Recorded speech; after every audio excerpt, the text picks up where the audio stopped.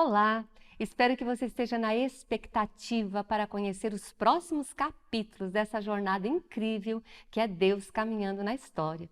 No último encontro, nós estudamos sobre o livro de Josué, esse líder incrível que recebeu a incumbência da parte de Deus de introduzir o povo de Israel na terra prometida, a terra de Canaã ou terra da Palestina. Até os nossos dias, nós ouvimos falar desse termo, Palestina. Inclusive, há um conflito entre judeus e palestinos. E o conflito é por conta dessa porção geográfica desta terra. Mas, biblicamente falando, Deus deu esta terra a Abraão e aos seus descendentes. O livro de Josué foi um livro de conquista, um livro de vitórias. 7 nações foram despojadas em 7 anos. E nós percebemos a fidelidade de Deus em cumprir todas as suas promessas. Aquilo que Deus tinha falado a Abraão, dado detalhes, inclusive prometendo o filho, a descendência. Agora vimos tudo isso como uma realidade. Aliás, esta será uma das consequências que você vai perceber na sua vida ao estudar essa série. Você terá a sua fé grandemente aumentada, porque a fé vem por conhecer alguém. E então você está conhecendo a Deus, aquilo que Ele promete e a sua fidelidade em cumprir. Hoje nós entraremos num outro período, depois da morte de Josué, dos líderes que estavam com ele. O que é que aconteceu? Qual foi a sucessão dos fatos? É isso que estudaremos hoje com o período dos juízes.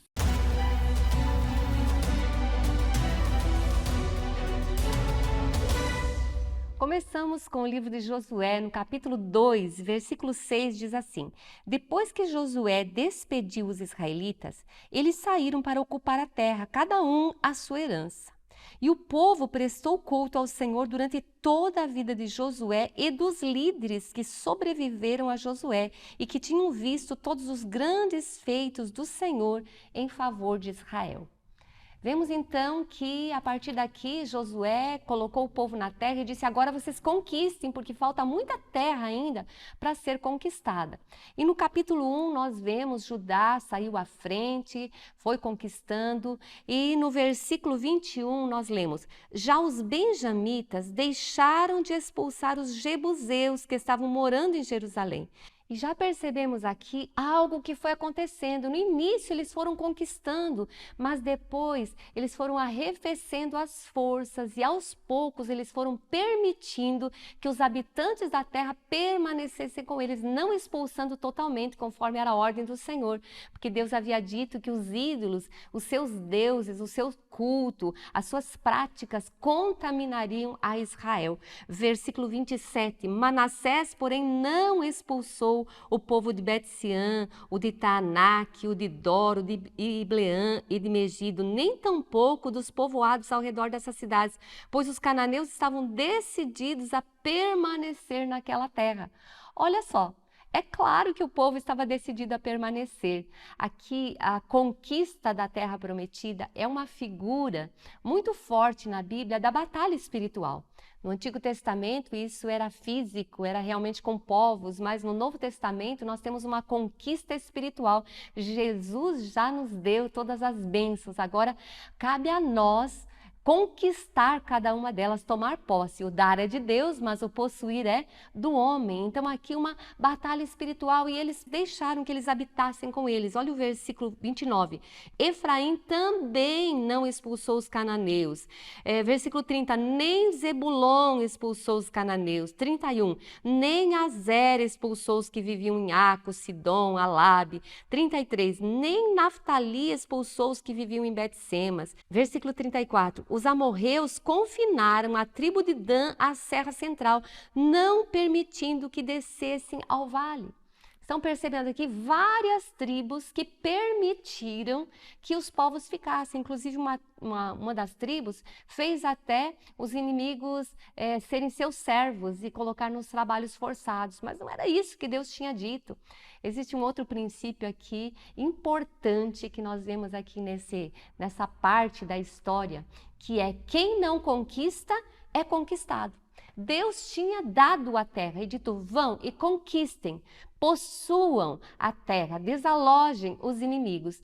Mas quando eles foram permitindo que os inimigos ficassem, aconteceu aqui o que nós acabamos de ler. O próprio povo da terra confinou a tribo de Dan aí na parte central e eles não podiam nem sair daí. Quer dizer, quem não conquista é conquistado. Ou nós avançamos e tomamos posse daquilo que Deus já nos prometeu e vamos com fé, porque a fé e a obediência levam à vitória, vimos esse princípio na nossa aula passada, ou quem não conquista é conquistado.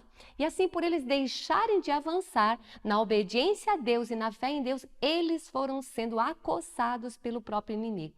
Deus se desagradou disso. Um anjo apareceu e disse: olha, eu os conduzi, eu os trouxe lá do Egito, eu prometi cumprir cada uma das minhas promessas, mas vocês, por que vocês estão desobedecendo? Por que vocês não desalojaram os inimigos? Então vai dizer no versículo 3, capítulo 2, no final diz assim: eles serão os seus adversários e os deuses deles serão uma armadilha para vocês.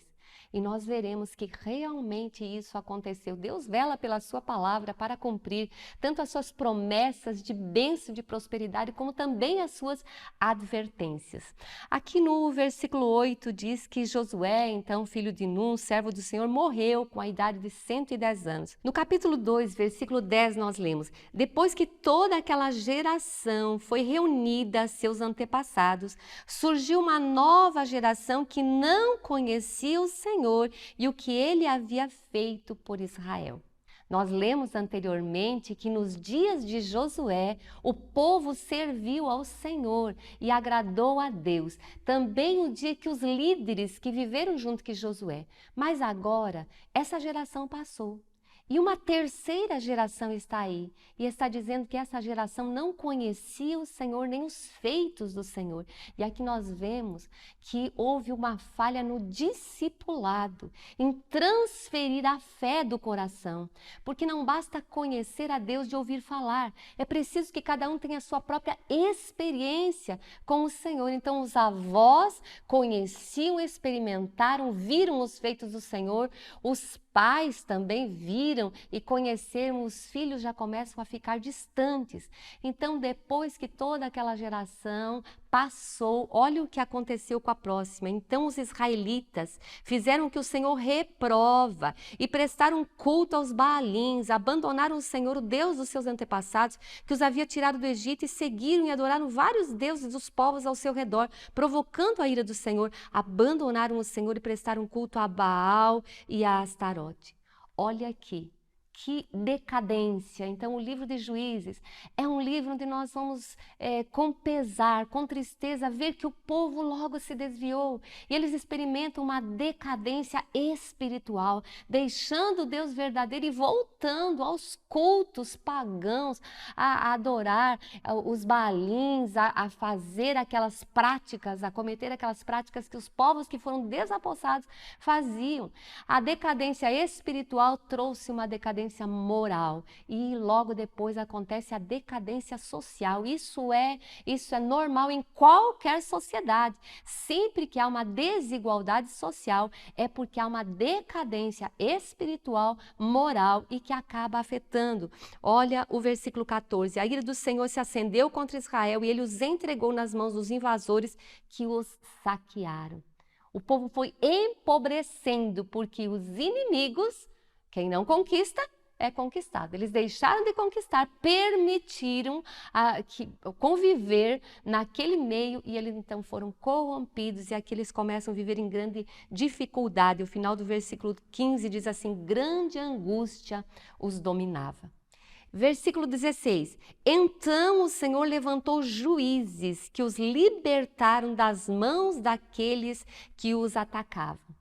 Uma coisa interessante no livro de Juízes é que não havia mais uma autoridade central. Eles foram liderados por Moisés ao sair do Egito, depois Josué durante toda a conquista e agora. Depois que Josué morreu, ele disse para cada líder da tribo ir para a sua porção de terra e conquistar. Então já não havia mais uma autoridade central. Inclusive nós vemos no livro de Juízes uma outra frase que expressa muito esse período, que é: cada um fazia o que parecia reto aos seus próprios olhos. E aqui nós vemos que isso não é bom, quando cada um faz aquilo que dá na sua cabeça. Mas porque o povo caía em aflição, caía diante dos inimigos, Deus suscitou juízes. Por isso que esse período que estamos estudando é o período de juízes. Quem eram os juízes? Líderes que Deus levantava. Muitos deles líderes apenas de uma tribo. Quando uma tribo estava debaixo do inimigo, então Deus levantava juízes. Alguns juízes lideraram mais do que uma tribo. E no final nós veremos Samuel, que liderou todas as tribos, que foi juiz sobre todas elas. Mas lemos aqui no versículo 17 que mesmo assim, mesmo Deus levantando os juízes, eles não quiseram ouvir os juízes, antes se prostituíram com outros deuses e os adoraram. Ao contrário dos seus antepassados, logo se desviaram do caminho pelo qual seus antepassados tinham andado, o caminho da obediência aos mandamentos do Senhor. Sempre que o Senhor lhes levantava um juiz, ele estava com o juiz e o salvava das mãos dos seus inimigos enquanto o juiz vivia. Pois o Senhor tinha misericórdia por causa dos gemidos deles diante daqueles que os oprimiam e os afligiam. Mas quando o juiz morria, o povo voltava a caminhos ainda piores do que os caminhos dos seus antepassados, seguindo outros deuses, prestando-lhes culto e adorando-os. Recusavam-se a abandonar suas práticas e seu caminho obstinado. Viram aqui? Esse vai ser o retrato do período dos juízes. Eles desobedeciam o Senhor, seguiam outros deuses, aquelas práticas. Então Deus permitia que adversários se levantassem, viessem contra eles, eles empobreciam. Então eles clamavam ao Senhor, Deus levantava um juiz que os libertava. Enquanto aquele juiz vivia, o povo permanecia fiel ao Senhor. Morrendo aquele juiz, novamente se desviavam seguindo outros deuses, caíam nas mãos dos inimigos, clamavam ao Senhor, Deus levantava outro juiz. Isso aconteceu por um período de 400 anos. Infelizmente, o livro de Juízes vai ser um livro de apostasia, castigo, arrependimento, clamor ao Senhor e libertação. Eles podiam viver sempre na libertação, porque essa era a vontade de Deus, essas eram as promessas de Deus, mas caindo na apostasia, então eles enfrentavam esse ciclo. Versículo 20, parte B diz: como este povo violou a aliança que fiz com seus antepassados e não tem ouvido a minha voz, não expulsarei de diante dele nenhuma das nações que Josué deixou quando morreu. Eu as usarei para pôr Israel à prova e ver se guardará o caminho do Senhor e se andará nele, como fizeram os seus antepassados. E aqui é interessante perceber que nos dias de Josué, eles conquistaram e andaram em obediência. Mas Josué não conquistou toda a terra, por eles terem desobedecido o Senhor. O Senhor mesmo diz que usaria o restante dessas nações para pôr o seu povo à prova, para ver se eles obedeceriam ao Senhor, se eles se voltariam para Ele crendo, porque bastava simplesmente crer e obedecer ao Senhor e Deus daria essa terra. Mas diz aqui que Deus usou essas nações para pôr à prova, para ver se eles obedeceriam ou não. Vemos então este ciclo constante. O livro de Juízes vai ter esta repetição de que eu falei desse ciclo. E Deus levantou vários juízes, por exemplo, Otoniel, Eude, Sangar, Débora, Gideão, Jefté, Sansão. Aqui tem histórias incríveis, que quando Deus levantava o juiz e esse juiz conclamava o povo e o povo se voltava para Deus, nós temos histórias lindas aqui. A mão do Senhor, o braço do Senhor sempre estendido a favor do seu povo, sempre que eles andavam em fé e em obediência. Mas quando eles não faziam isso, quem não conquista é conquistado, e eles caíam nas mãos dos inimigos. Na sequência do livro de Juízes, nós encontramos o livro de Rute, que acontece a sua história dentro do período dos juízes. Tanto que no capítulo 1, versículo 1, diz que havia uma fome muito grande lá em Israel, por conta de estar num desses momentos que eles estavam oprimidos pelo inimigo. Então uma família foi morar em Moabe. E aqui nós encontraremos a história de Rute, uma moabita, porque indo para lá, o pai da família com seus 2 filhos morreram, ficando apenas Noemi viva com as suas 2 noras. E uma de suas noras é Ruth, que voltando lá para Belém, seguiu a sua sogra. E nós pensamos, por que esse livro está na Bíblia? Ruth é uma moabita, lembram lá de Ló? Que quando ele fugiu de Sodoma e Gomorra, as suas filhas embebedaram, então uma engravidou do pai, teve Moabe, e a outra teve Amon, e aí o povo moabita e amonita. Então, os moabitas eram descendentes aí de Ló e dessa situação não tão louvável de onde surgiu este povo. E Ruth era uma moabita. Aqui nós percebemos Deus escondendo nas páginas das Sagradas Escrituras, ainda no Antigo Testamento, a eleição, o seu desejo de que todos os povos alcançassem a verdade da palavra, a verdade do Evangelho. No final do livro de Ruth, no versículo 20, Aminadab gerou Naasson, Naasson gerou Salmão, Salmão gerou Boaz, Boaz gerou Obed, Obed gerou Jessé e Jessé gerou Davi. E aqui percebemos, então, o motivo de estar esse livro aqui. Ruth é bisavó de Davi, a quem as promessas de Deus serão feitas. Na sequência, entramos no livro de Samuel.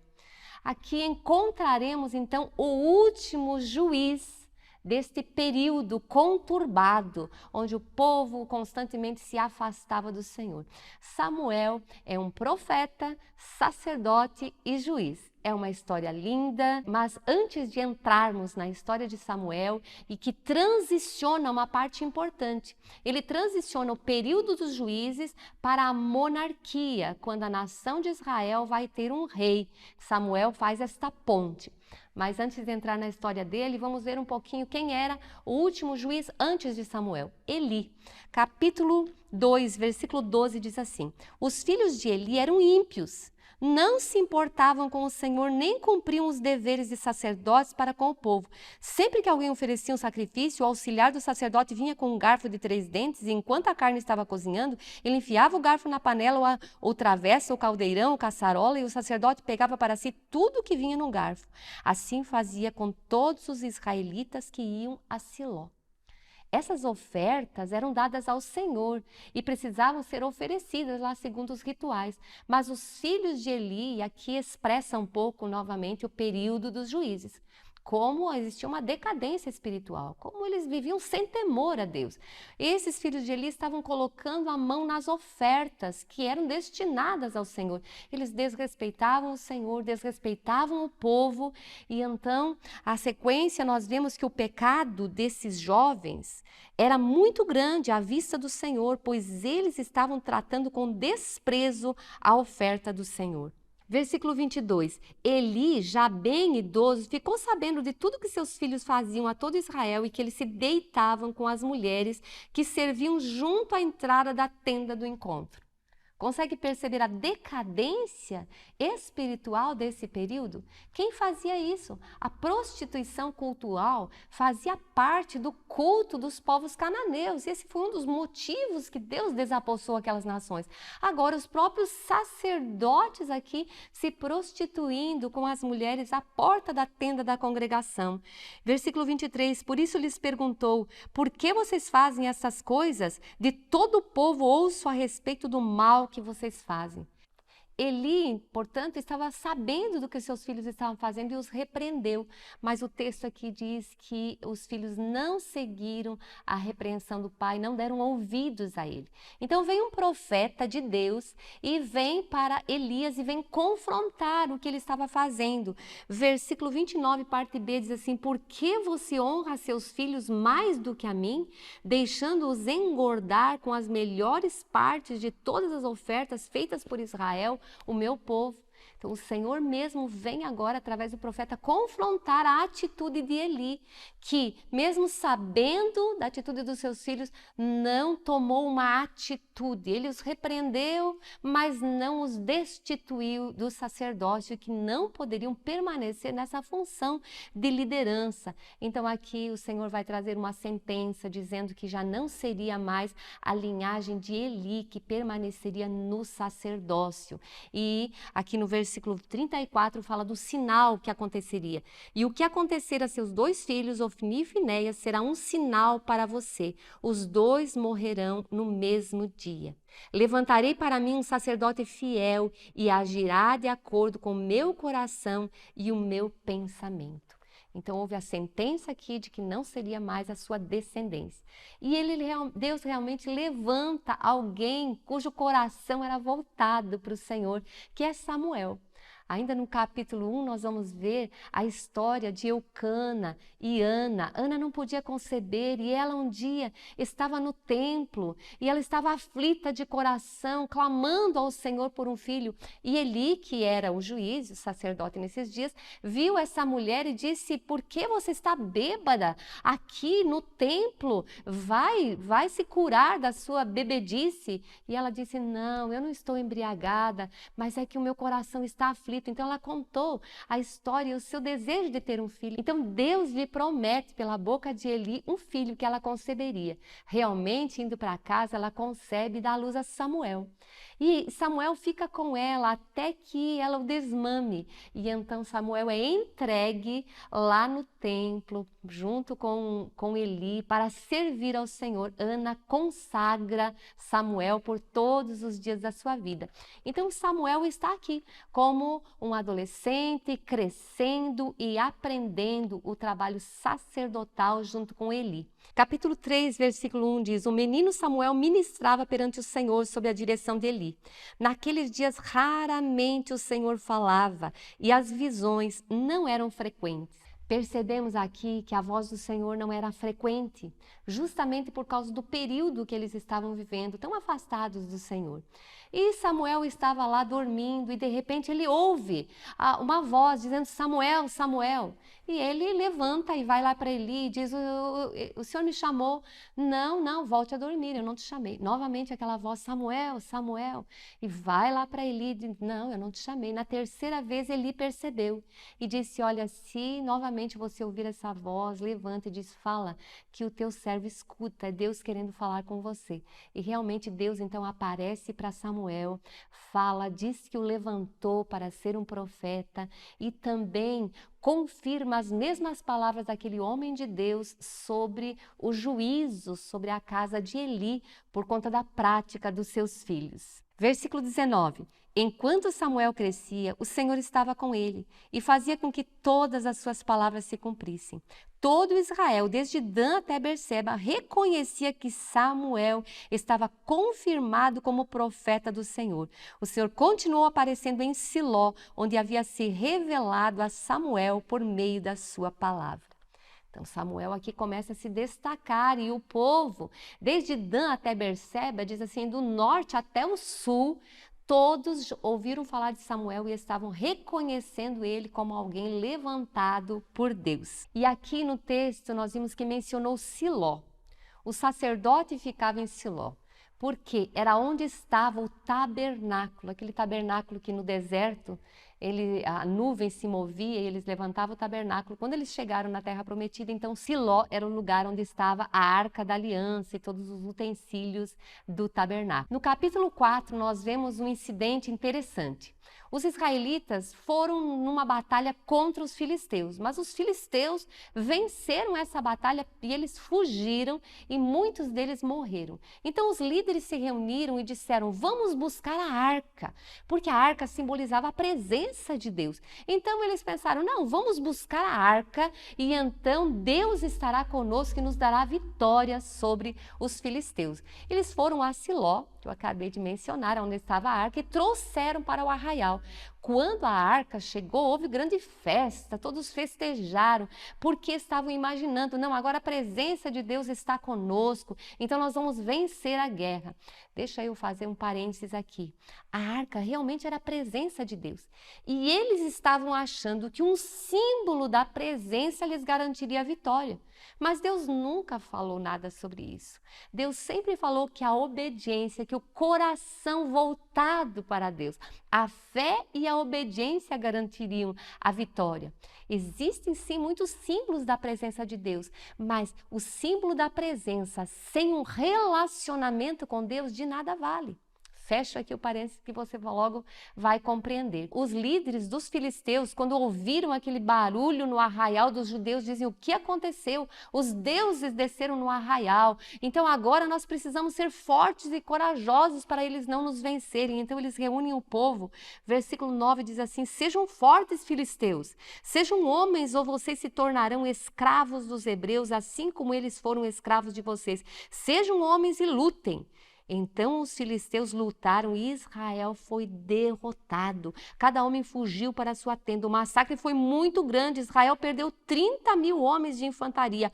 A arca de Deus foi tomada e os 2 filhos de Eli, Ofni e Finéias, morreram. Aqui vai fazer sentido. O símbolo da presença, sem um coração conectado ao Deus que traz o poder, a força e a vitória, de nada vale.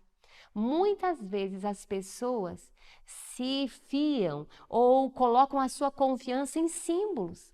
Símbolos que podem comunicar, em muitos momentos a Arca da Aliança sempre comunicou muito a presença de Deus. Era um Santo dos Santos onde Deus realmente estava.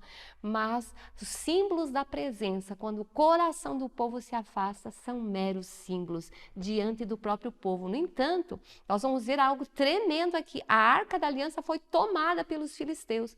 Deus realmente julgou os 2 filhos de Eli, eles perderam a batalha. E então alguém corre até Eli para dar a notícia e diz: olha, Israel sofreu uma grande derrota e a Arca da Aliança foi tomada pelos filisteus. Eli, diz o texto, que ele já era velho, estava cego. Quando ele ouviu falar que a Arca da Aliança tinha sido tomada, ele caiu da cadeira, quebrou o pescoço e morreu. A nora de Eli, a esposa ali de um dos seus filhos, quando ouviu também que a Arca da Aliança tinha sido tomada, que eles tinham perdido na guerra e que o seu sogro tinha morrido, o seu cunhado e o seu esposo, ela que estava para dar à luz, estava grávida, diz que entrou em trabalho de parto e já estava morrendo naquele momento, mas antes de morrer ela deu o nome ao seu filho e ela disse assim: deve se chamar Icabode. É um nome estranho, mas o significado é foi-se a glória de Israel. E ela falou isso quando soube que a Arca da Aliança tinha sido tomada. Realmente a Arca da Aliança era um símbolo tão poderoso. E então foi tomada pelos filisteus e eles levaram lá. Então, fim de capítulo aqui, né? Vimos o juízo de Deus sobre a casa de Eli, quanta coisa ruim aqui, sobre o povo de Israel que pereceram por confiar num símbolo e já desconectaram o seu coração do próprio Deus em obediência. Mas a Arca da Aliança foi colocada lá no templo de Dagon, que eram o templo dos deuses lá dos filisteus, e foi colocada dentro do templo de Dagon, ao lado da sua estátua. Mas no dia seguinte, o que aconteceu é que Dagon estava caído no chão, aquela estátua tinha caído no chão e estava prostrado diante da arca. Eles foram lá, pegaram a estátua de Dagon, colocaram no lugar novamente. No dia seguinte, ele estava quebrado e prostrado diante da arca. E então eles se apavoraram, reconhecendo que a presença de Deus estava aí, que o Deus de Israel realmente era um Deus poderoso. Quero que você perceba aqui. A Arca da Aliança, que carregava a presença de Deus, não perdeu o poder, porque Deus não perde o seu poder. No entanto, o seu poder não estava a favor de Israel naquele momento por causa dos seus pecados. Mas aqui, no templo de outros deuses, Deus manifesta a sua supremacia, de que Ele é Deus sobre toda a terra. Então, vem uma praga sobre os filisteus e eles percebem, não é a Arca da Aliança que está conosco, nós temos que dar um jeito de enviar esta arca, porque senão nós morreremos todos. E eles pegam uma carroça com 2 vacas que recém tinham dado cria, colocam a arca sobre as carroças e então as vacas conduzem lá para o território de Israel. E quando chega lá em Israel, então eles se alegram por perceber que a Arca da Aliança estava voltando.